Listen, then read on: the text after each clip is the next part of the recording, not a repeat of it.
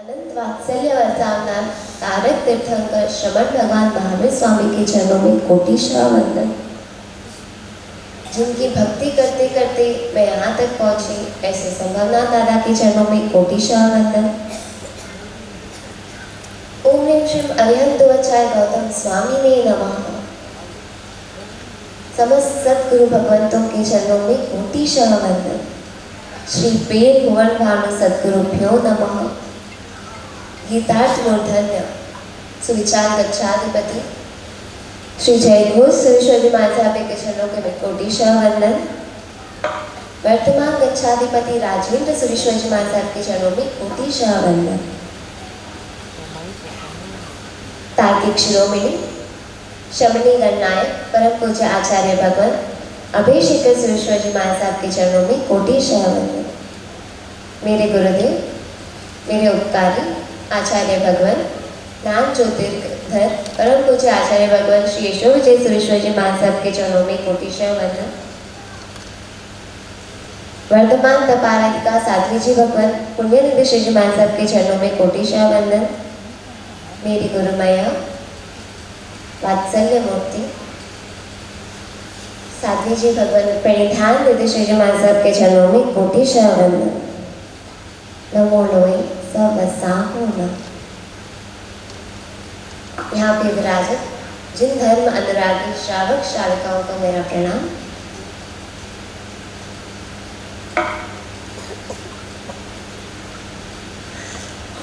गुरु भगवान शिष्य को शास्त्र अध्ययन करवा रहे थे। शिष्य बैठे थे, गुरु भगवान शास्त्रों का अध्ययन करवा रहे थे। गुरु भगवान एक केवल ज्ञानी, एक सिद्ध भगवान के सुख का वर्णन कर रहे थे। गुरु भगवान ने कहा कि एक तराजू में अगर वर्तमान में मतलब 3 लोक में जितने भी जीव हैं, निगोद से लेकर सभी जीव पंचेंद्रिय मनुष्य तक जो भी जीव है, उन सभी के, भले वो राजा हो, चक्रवर्ती हो, आजकल के नाम पे कहे तो पीएम हो कि मुकेश अंबानी हो कि बिल गेट्स हो, जो भी हो, स्टेटस के मामले में सुख टॉप पे हो या फाइनेंशियल के मामले में तो सुख टॉप पे हो या वो सुखों के आधार पर सुख टॉप पे हो, उन सभी का सुख समस्त जीवों के वर्तमान, भूत, भविष्य तीनों काल के सुख को एक तराजू में रखा जाए।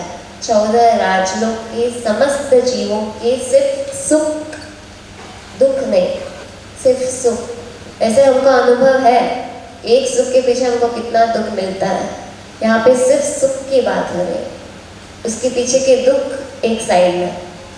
सिर्फ सुख को एक तराजू में रखा जाए और दूसरे तराजू में सिद्ध भगवंत के आत्मा के एक प्रदेश के वर्तमान सुख को रखा जाए तो उनके वर्तमान सुख का पलड़ा भारी है, ऐसा वर्णन गुरु भगवंत ने किया। शिष्य को आनंद हुआ बट उत्सुकता भी थी।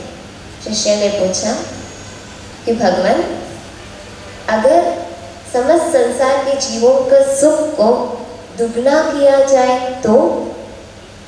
गुरु भगवंत ने हल्की मुस्कान से कहा, वत्स, दुगना छोड़ो, 3 गुना किया जाए कि 4 गुना किया जाए कि अनंत गुना किया जाए तो भी सिद्ध भगवान के एक प्रदेश के वर्तमान सुख का पलड़ा भारी है। हमारा अनुभव है कि हमने एक सुख के पीछे कितने दुख भोगवे हैं, और एक ये तो ओनली वर्तमान का, उसके आगे के जीवन की जो दुख इस सुख के पीछे आने वाले हैं वो तो हम अगर साइड में भी रखें तो भी हमें कुछ टेम्पररी आनंद भी चाहिए ना। तो स्क्रॉलिंग, पोस्टिंग, क्लिकिंग, बस इसी में पूरा हो जाती है पूरी जिंदगी। जिन लोगों को जानते नहीं, पहचानते नहीं, जो लोग कुछ काम में आने वाले हैं नहीं, जो आप अगर बेड पे हो तो इतना भी नहीं पूछ के आने वाले कि कैसे हो, सिर्फ उनके लिए क्लिक पोस्ट, इसी में पूरा जीवन बीत जाता है। कुछ भी इतना सा सुख चाहिए तो हमें कुछ करने के लिए चाहिए, कुछ भी, कोई व्यक्ति चाहिए या कोई वस्तु चाहिए। परमात्मा को देखें तो ना कोई व्यक्ति है ना कोई वस्तु है, पर आनंद में है, पूर्ण आनंद में है। जिस सुख के पीछे हम पूरी जिंदगी बिता देते हैं, लेकिन बेड में लास्ट मोमेंट में भी शांति नहीं होती है। ऐसे सुख के पीछे पूरी जिंदगी बिताने के बाद भी कुछ हाथ में नहीं आता है, तृप्ति नहीं होती है, सैटिस्फैक्शन नाम की चीज नहीं होती है। तो ऐसे सुख के पीछे क्यों पूरा जीवन बर्बाद करना? अगर मैं रोटी खाऊं तो मेरा पेट भरता है, सामने वाले का नहीं। शरीर, इंद्रिय, भौतिक सुख जो भोगव रहे हैं वो अलग है और आत्मा अलग है। आत्मा का पेट नहीं भरता, उसे तृप्ति होती नहीं है। तो तृप्ति ना होने के कारण हमको फ्रीक्वेंट चेंजेस चाहिए। एक नया ड्रेस लाया हो तो 4 दिन नहीं होते और 4 बार सिर्फ उसको देख लिया हो, पहना भी ना हो, तो उसके ऊपर से मन उठ जाता है हमारा।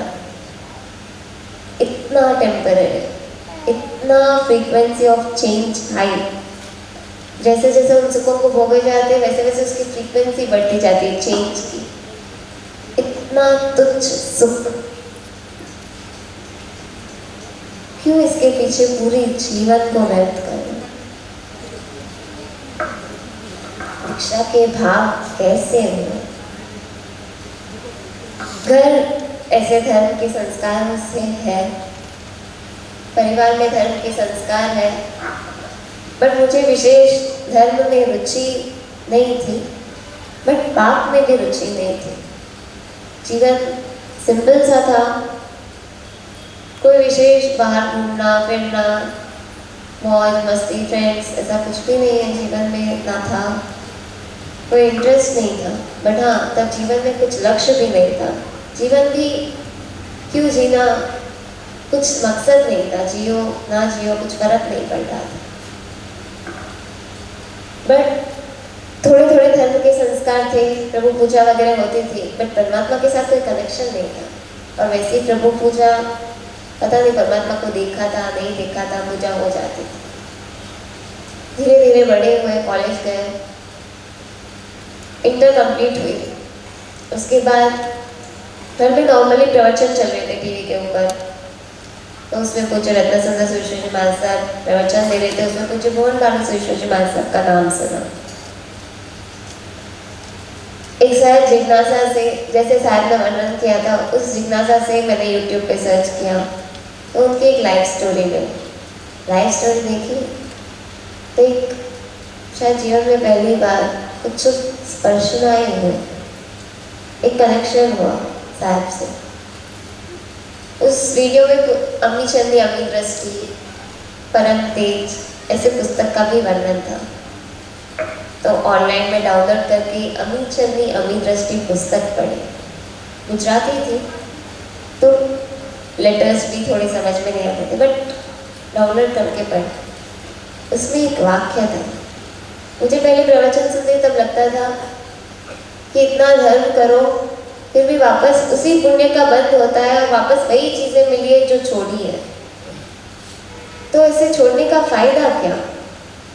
उसमें साहब ने पुस्तक अद्भुत थी, अद्भुत, साहब की करुणा, मैत्री सब बह रहे थे उसमें।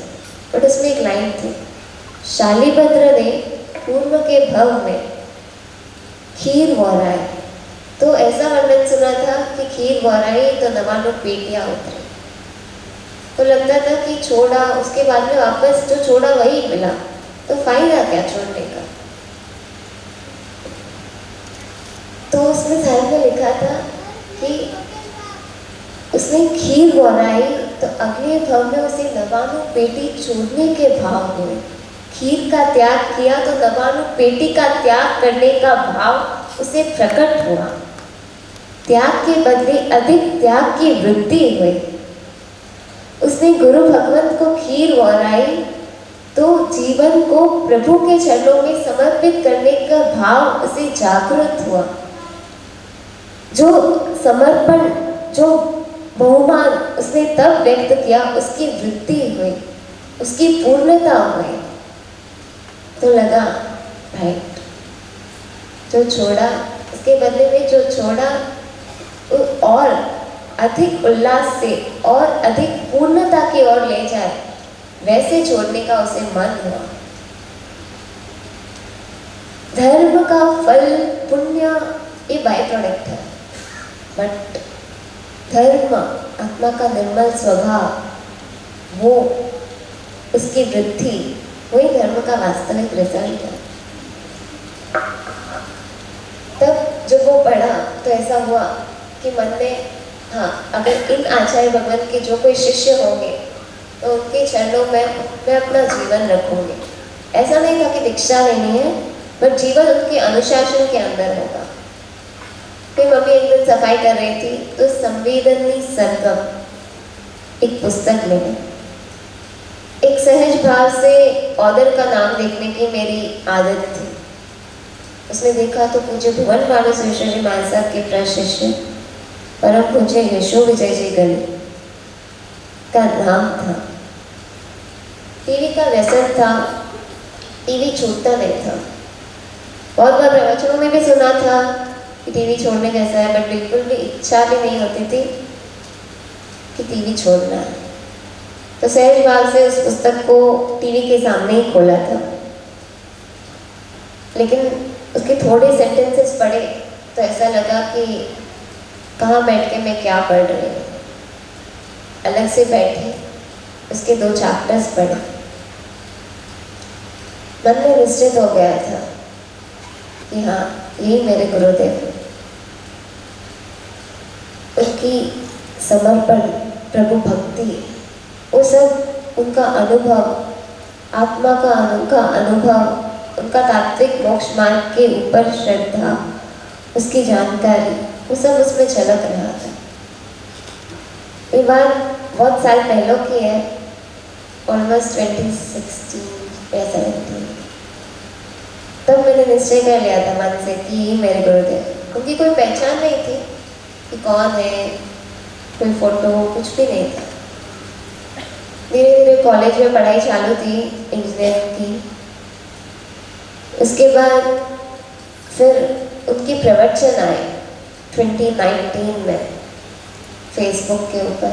मैं इनके बारे में सर्च करती रहती थी कि ताकि कुछ जानकारी मिले, उनके विषय में कुछ मैं जान सकूं या कुछ इन्फॉर्मेशन मिले।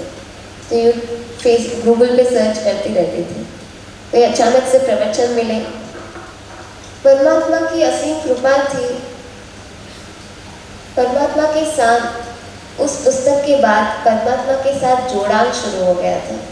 परमात्मा से पास बैठना, परमात्मा के साथ बातें करना, धीरे धीरे प्रभु से प्रेम हो गया। बस ऐसे घेली घेली बातें। उसके बाद जब प्रवचन सुने, 2 प्रवचन सुने फेसबुक के ऊपर। दोनों प्रवचनों में मेरी कविता के कारण संयम का ही वर्णन था। मन में निश्चित हो गया कि अभी दीक्षा ही लेनी। जब ये फिक्स किया था कि वही मेरे गुरु भगवान थे, तभी टीवी छोड़ने का मेरा उत्साह नहीं था। बट इतना था जीवन में कि जिन आंखों से उनके दर्शन करूंगी, उन आंखों से कभी टीवी नहीं देखूंगी। इतना संकल्प लिया था। धीरे धीरे वो प्रवृत्ति कम की, थोड़ी थोड़ी कम की, थोड़ी थोड़ी और कम की।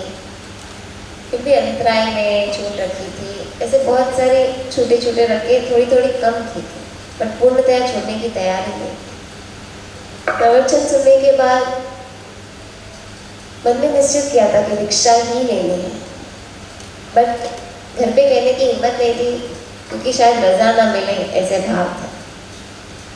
बहन की शादी के प्रसंग चल रहे थे, तब मेरी शादी के लिए पूछ रहे थे मुझे। तो मैंने कहा कि एक बार बाद में देखेंगे, 2-3 महीने में। घर पे शायद सबको था कि कहीं ये दीक्षा ना ले ले, क्योंकि बाहर की प्रवृत्तियाँ पाप जीवन में कम था।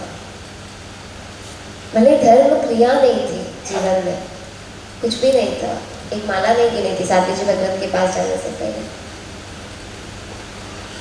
या कोई ऐसी धर्म प्रवृत्ति नहीं थी जीवन में, बस ज्ञान की रुचि थी, जिन वाणी श्रवण की रुचि थी, पुस्तक पढ़ने की रुचि थी। फिर घर में बताया, पापा ने पूछा कि करनी ही नहीं है कि 2 महीने बाद करनी।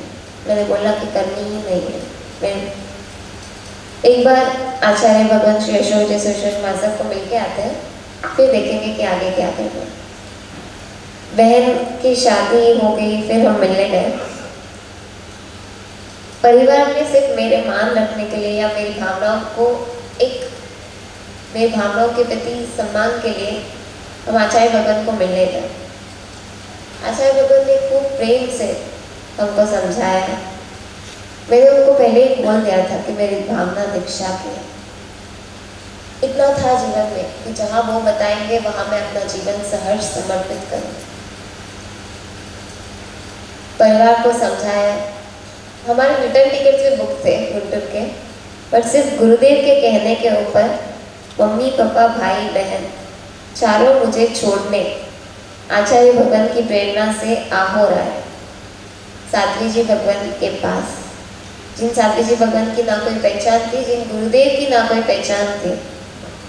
ऐसे उपकार है माता पिता के, परिवार के, कि बिना कोई जान पहचान सिर्फ मेरी भावनाओं को रखने के लिए उन्होंने मुझे गुरुदेव के कहने पर साध्वी जी भगवान के पास रखा। बिना कोई जान पहचान के रखने के बाद भी इतना साध्वी जी भगवान के पास वात्सल्य, मैत्री, प्रेम मिला। मैं थोड़े ही दिन रही थी और मैंने सहज, मम्मी पापा को था ऐसे कि साध्वी जी भगवान फिर दीक्षा की बात करेंगे, फिर मेरे ही पास लेनी है, ऐसा कुछ कहेंगे, तो फिर क्या करेंगे। तो मैंने गुरु माँ से सहज कहा कि ऐसे ऐसी भावना है मम्मी के और पापा के। तो गुरु माँ ने कहा, तुझे अभी या बाद में थोड़ा अभ्यास करने के बाद भी अगर यहाँ नहीं कहीं और दीक्षा लेनी है तो मेरी तरफ से कोई प्रॉब्लम नहीं होगी। मेरी खुशी खुशी तुझे आशीर्वाद होंगे, तो जहाँ चाहे वहाँ दीक्षा ले सकते। उनकी निस्पृहता, उनकी मैत्री, उनकी प्रभु भक्ति, उनका विनय, उनका बहुमान, उनका हर गुण, वो वात्सल्य की मूर्ति है, प्रेम की वो मूर्ति है। उनका हर गुण धीरे धीरे मुझे उनके अंदर समाते गया। मन में निश्चित हो गया था कि हाँ, इन्हीं के चरणों में अभी जीवन रखना है। मन के भाव और दृढ़ हुए। ऐसे ज्ञान की रुचि थी बट क्रिया की रुचि नहीं थी, बट साध्वी जी भगवान ने मुझे उसमें भी स्थिर किया। ज्ञान क्रिया ऐसे धर्म में स्थिर कर मेरे वैराग्य को और दृढ़ किया। घर में ऐसे कभी ना नहीं बोला कि हाँ दीक्षा नहीं लेनी। हाँ, ऐसे समझाते थे कि नहीं लो तो भी चलेगी। ऐसे थोड़ा समझाने का उनके साइड से भी चलता था, मेरे साइड से भी चलता था, बट कभी ऐसे नहीं बोला कि हाँ नहीं ही लेनी है, हम नहीं देंगे। थोड़ा डिले होता था भेजने के लिए या रजा, दीक्षा की रजा देने के लिए, और कभी ऐसे ना नहीं बोला कि दीक्षा नहीं लेनी है। उनको सिर्फ इसलिए ना नहीं बोला क्योंकि उनको पता था कि मेरी खुशी वहाँ पे ही है। सिर्फ मेरी खुशी के लिए उन्होंने ना नहीं कहा। मैं यहाँ नहीं रह सकती इसलिए उन्होंने ना नहीं कहा। उपकार है बहुत सारे माता पिता के, भाई बहन के, सभी परिवारजनों के। सबने कहीं ना कहीं जो प्रेम वात्सल्य दिया। किस किस के उपकारों को मैं याद करूं। बहुत सारे उपकारों को लेके मैं बैठी हूँ ऐसे बचपन से बोलने की आदत कम थी। किसने मुझे शायद बोलते हुए सुना भी नहीं होगा, आज पहली बार सुन रहे होंगे। बट बोलने की आदत कम थी तो कभी मैंने अपने भाव व्यक्त नहीं किए, बट फिर भी परिवार का प्रेम या वात्सल्य कभी कम नहीं हुआ। उन्हें मेरे स्वभाव को सहज स्वीकार किया। उपकार बहुत है, बहुत सारे लोगों के हैं। माता पिता का सर्वश्रेष्ठ उपकार यही था कि उन्होंने मुझे दीक्षा की अनुमति दी। संयम का ज्यादा नॉलेज नहीं है, बट हाँ प्रभु से प्रेम अवश्य है। प्रभु के लिए सब कुछ मिल जाए। जीवन में हमको बहुत सारी मूंझवण होती है। किसी को धर्म के क्षेत्र में व्यवहार निश्चय, कोई व्यवहार नहीं पकड़ता है तो कोई निश्चय नहीं पकड़ते हैं। बहुत सारी अलग अलग मतांतर, आजकल तो बहुत कुछ होता है। बट जीवन में धर्म के क्षेत्र में हो या संसार के क्षेत्र में हो, प्रभु, देव और गुरु, उनके प्रति हमारा समर्पण, बहुमान, वही जीवन का केंद्र होना चाहिए। हमारी बुद्धि बहुत छोटी है धर्म को समझने के लिए। जिन धर्म की विशालता अति है, उस धर्म को जानना, प्रभु को जानना, प्रभु को पहचानना बहुत मुश्किल है। ऐसे में एक श्रद्धा, एक प्रेम, एक बहुमान है जो व्यक्ति को धर्म को समझा सकता है, ना कि बुद्धि। बुद्धि इसका आधार नहीं है धर्म के समझने का। बुद्धि के राह पे चलेंगे तो कोई व्यवहार नहीं पकड़ेगा, कोई निश्चय नहीं पकड़ेगा, कोई अपने ही मतांतर से अलग अलग धर्म बनाएंगे। ये मार्ग नहीं है। मार्ग देव, गुरु और समर्पण के साथ जो अंतर में धर्म प्रकट होता है, वही वास्तविक धर्म होता है। बाकी बुद्धि के आधार पर अगर हम धर्म को चुनेंगे तो दृष्टिराग पैदा होने में टाइम नहीं लगेगा। प्रभु को जीवन का केंद्र रखेंगे। नो डाउट आजकल की पीढ़ी है, लॉजिक चाहिए होता है हर चीज़ के लिए। आंसर्स, क्वेश्चंस मुझे भी बहुत सारे थे, बहुत सारे क्वेश्चंस थे जो पहली बार भी जब मैं गुरुदेव के पास गई थी तो मैंने व्यक्त किए थे। बट हाँ, जीवन में प्रभु के प्रति बहुमान और श्रद्धा पूर्ण थी। कुछ भी नहीं समझ में आता था या कोई क्वेश्चन होते थे तो इतना था कि प्रभु, मैं नहीं समझ पा रही हूँ, बट आप मुझे समझा देना कि आप क्या कहना चाहते हो।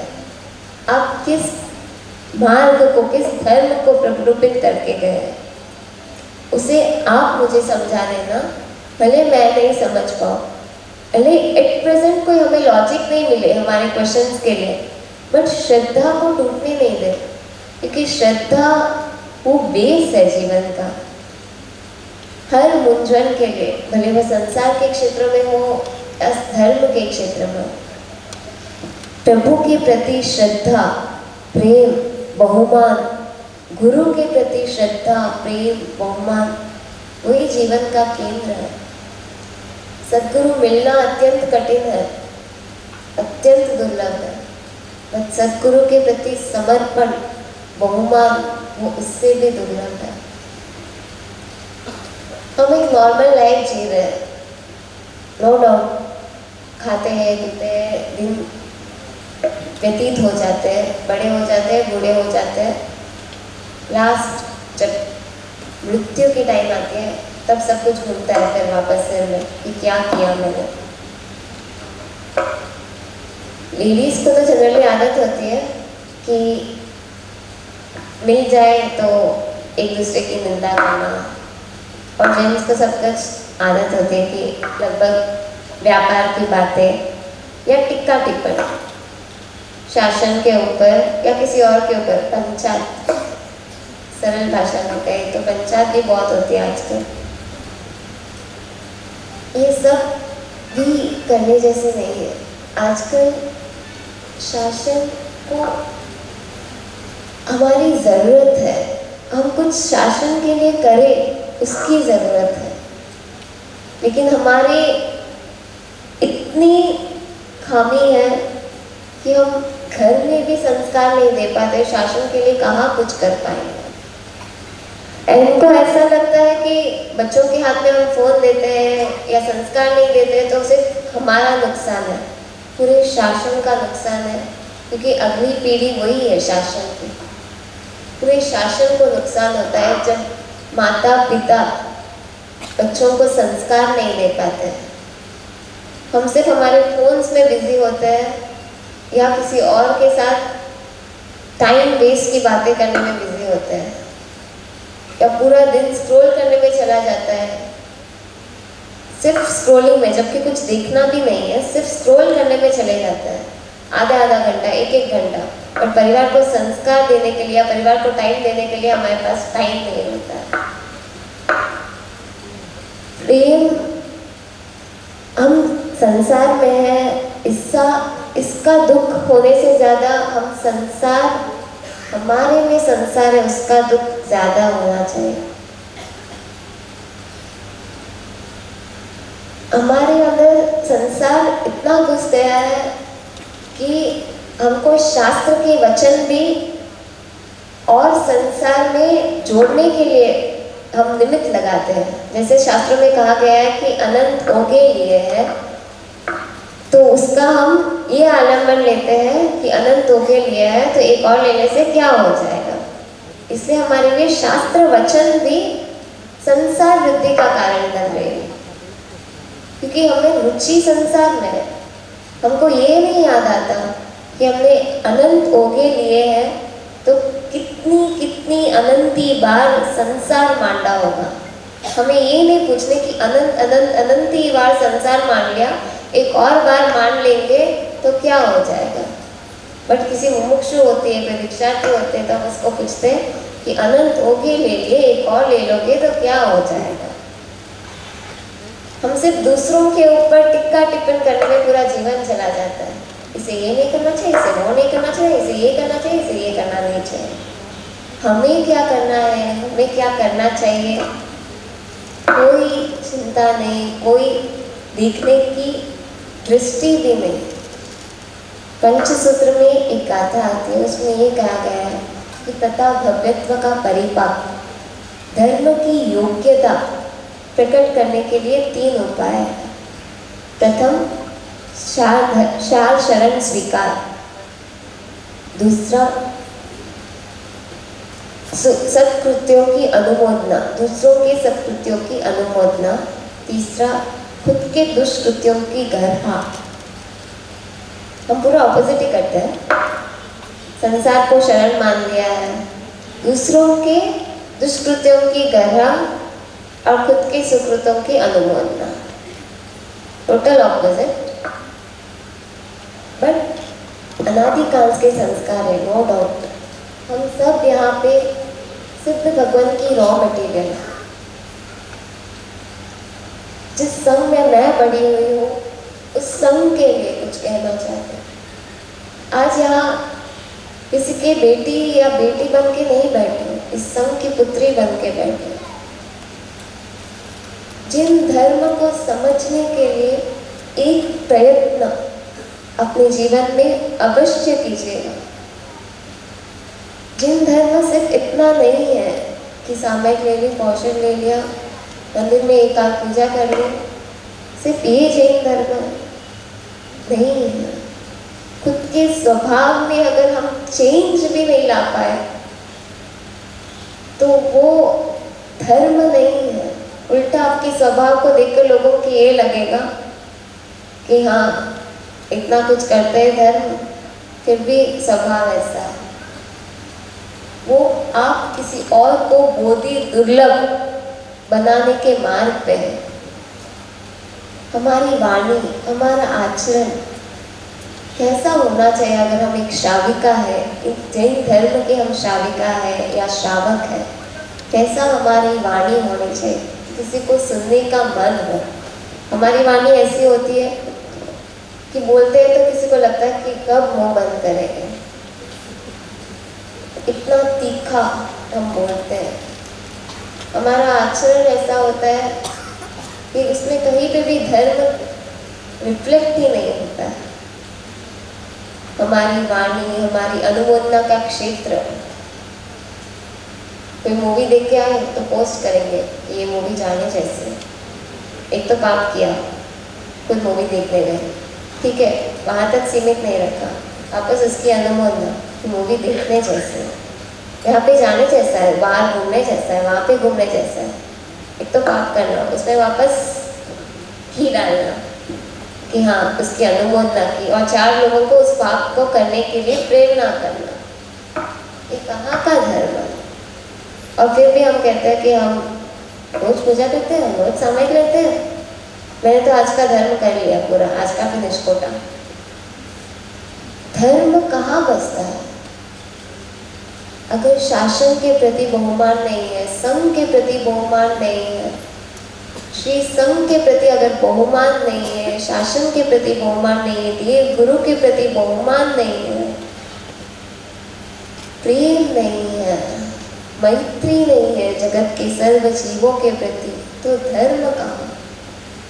मैत्री समस्त धर्म का मूल कहा गया।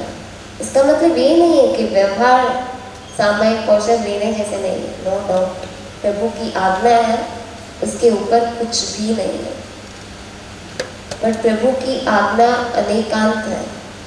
पूर्ण आज्ञा को समझे बिना सिर्फ एक मत को पकड़ लेना या एक क्षेत्र को पकड़ लेना वो धर्म नहीं है। व्यवहार और निश्चय पूर्ण रूप से दोनों का समन्वय जानना वो धर्म है। हम हमारे जीवन में क्या कर सकते हैं कि हम थोड़ा अपने स्वभाव में परिवर्तन लाए। कोई हमारे लिए इतना कुछ कर देता है, फिर भी हमारे मुंह से एक थैंक यू शब्द नहीं निकलता है, कि उसके उपकार व्यक्त नहीं होते हैं कि आपने मेरे लिए ये कुछ किया।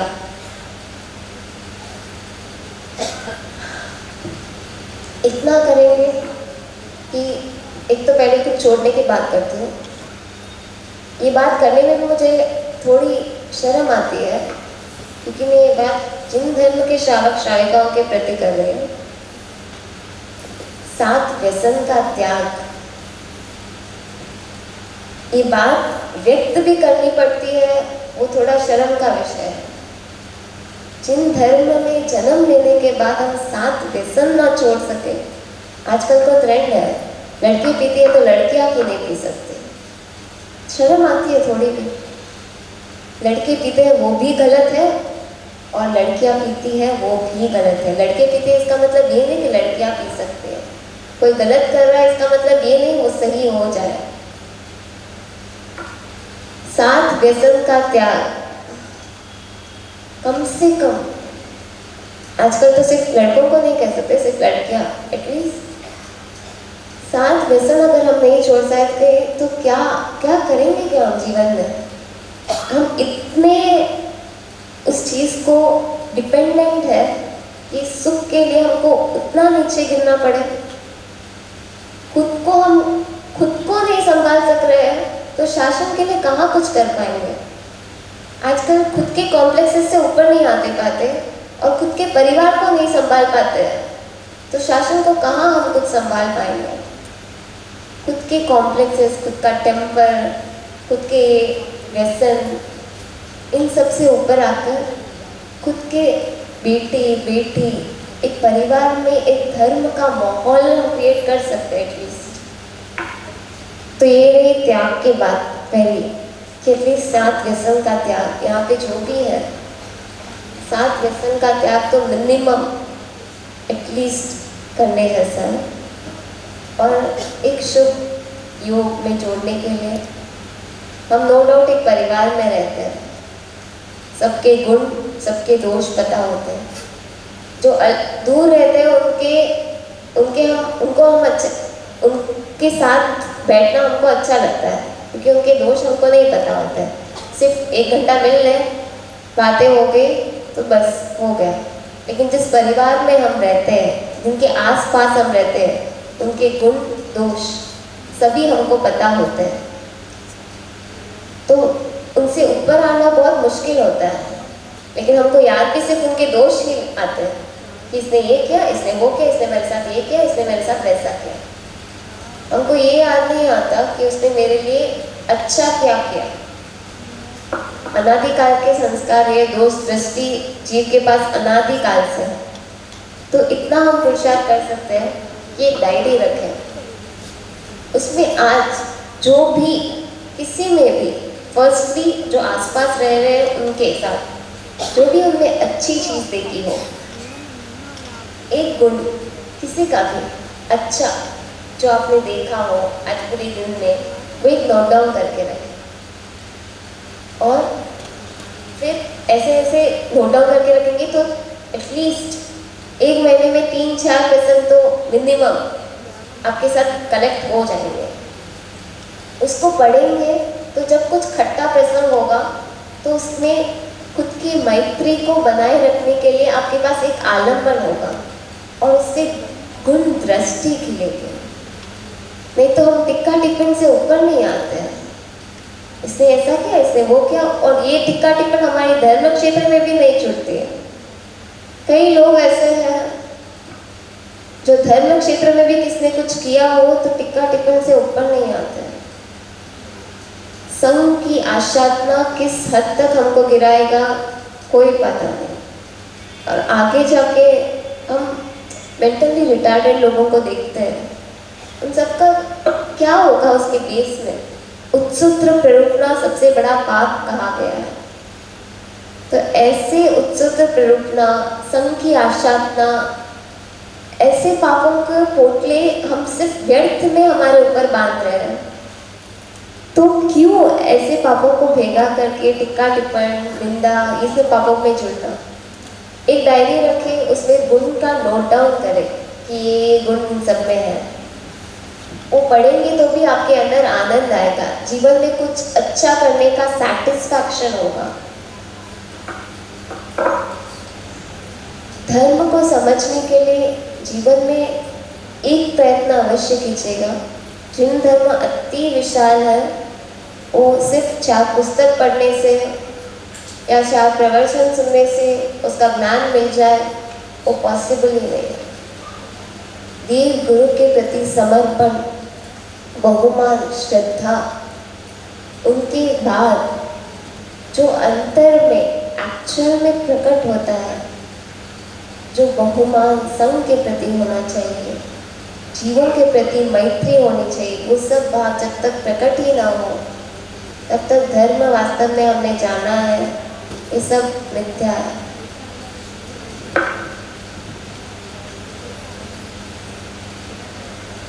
बस एक विनती है कि जन जो शासन मिला है उसे व्यर्थ ना जाने। शासन जिन धर्म, जिन वाणी, जिन बिंब, गुरु भगवंतों के योग, गुरु भगवंतों की वाणी, इन सबको व्यर्थ ना जाने दें। जिन धर्म को थोड़ा बहुत भी समझकर जीवन में अपनाने का प्रयत्न अवश्य करें, तात्विक समर्थन के साथ, और ऊपर ऊपर के समझें। मेरी दीक्षा दिसंबर 7 कलिकुंड में है। श्री संघ से विनती है खूब आशीर्वाद दे कि जिस मार्ग पर, जिस लक्ष्य के साथ मैं जा रही हूँ, उस लक्ष्य को सदैव स्मरण रख के उस लक्ष्य में आगे बढ़ सकूँ। ये 3 दिन का महोत्सव करने में भी बहुत सारे लोगों का योगदान रहा है। उन सबके भी अंतर से खूब धन्यवाद। परिवारजनों के उपकारों का स्मरण बहुत है, बहुत सारे उपकार हैं सबके। सबसे एक विनती है, जिस संघ में मैं पढ़ी हूँ उस संघ के लिए अंतर से भाव व्यक्त कर रही हूँ। इस शासन को, धर्म को समझने का एक प्रयत्न अवश्य करें। जीवन के प्रति जब बात भी करें तब हमारी वाणी में तिरस्कार झलकता है, जबकि हम बात भी उनसे कर रहे हैं जो शासन में है, जो शासन की श्रावक या श्राविका है। ऐसी वाणी, ऐसे आचरण, इन सब का हम सब त्याग कर पाए बस परमात्मा की कृपा से, हे गुरु की कृपा से ये सब हमारे जीवन में हो। आप श्री संघ से ये विनती है कि अंतर से मुझे आशीर्वाद प्रदान करें कि संयम जीवन को खूब खूब भाव से सिर्फ लेकर पालू नहीं पर उसको मान सकूं, इसके संयम के आनंद को मान सकूं, आत्मा के आनंद को मान सकूं, ऐसे आशीर्वाद प्रदान।